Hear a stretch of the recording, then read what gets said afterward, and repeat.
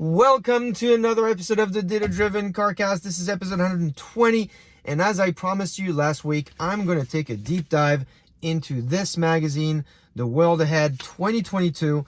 You know that I'm a big fan of The Economist. I read it religiously. In fact, I've been doing this for quite a few years. You can see here, this is last year's, a few years before that, and a few years before that even. So I'm going to teach you some tricks on how to get the most out of this amazing magazine, amazing publication. But before we do that, I want to point you to a few top data AI analytics posts that I think will be relevant for this week. You know, this past few weeks have been about reflections in 2021 and predictions for 2022. And if you want to know what the community is thinking when it comes to what happened in the world of data in 2021 that you expected the least, or what is the data trend that will be the most meaningful and the most impactful and the most useful of next year, well, I've got your back, because this past week I created 2 surveys on LinkedIn that will give you the opportunity to see what others think, engage, and also share your thoughts either through the votes or your comments. We got some really interesting comments and votes, so go take a look at that, and don't be shy, don't wait, make sure that you engage. Hint, there's one trend that crosses both of these polls. It's really going to be interesting, so go take a look at that right now and let us know what you think.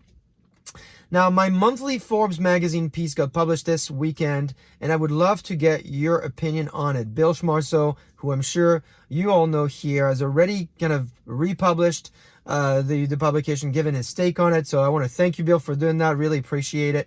When people give me their reaction like that, it allows us to kind of advance on the topic. I want to know what all you guys think about it. And so let me know via comments, of course, or doing just what Bill did. Now, because it is December, of course, you'll see, I guess in the piece, what I'm explaining is I could have come up with a laundry list of technologies that I think you need to watch out for in 2022. But instead of that, I try to focus on what I've learned are the key questions that technology leaders and data leaders are desperately interested in solving for in 2022. And so I think that if we step back and start with what they or you are trying to solve for, we can put these technologies in context. So that's what I try to do in this piece, and hopefully it provides context frameworks for you to think about these data problems, these data opportunities. And of course, I would love to hear from you if you agree and if you think I missed some as well. All right, so we talked about data AI and analytics, so now it's time for me to help you out with this. So there's a lot in this magazine. I buy it every year, and of course this goes beyond data AI and analytics, but so many of you thanked me for what I did last year, recapping a summary of it, so that I thought I'd go to the next level by not only just giving you what I think is important in this magazine, but also tell you how to read this magazine. If you are interested in the Economist take, how they think about this piece, of course, I'm going to put a link to Tom Standage. He's the editor of The Economist, and he's created his vlog of it, and so I'm sure you'll be interested in that, and you can take a look at that. So, first of all, how do I read magazines? Well, something I learned in business school is that if there's important information in the newspaper and e-magazine, you're going to see it in the front page and you're going to see it in the back page. So, of course, this is a magazine, so there's not much on the front page to read. But what I first do is I start at the end of the magazine, and lucky for us, the end sections are culture and technology. And so I get to go straight to what I think is most important, most relevant to me, the technology area. There's a lot in there. What you'll read about is the role of China. You can also get to finance and see the role of cryptocurrency. There's a whole section called What's Next, which highlights the 22 emerging technologies worth watching in 2022. Really interesting about flying taxis, delivery drones, sleep technology, quantum, of course, and brain interfaces. Remember, we talked about these glasses, a few weeks ago, and it's talking about as this being a precursor to brain interfaces.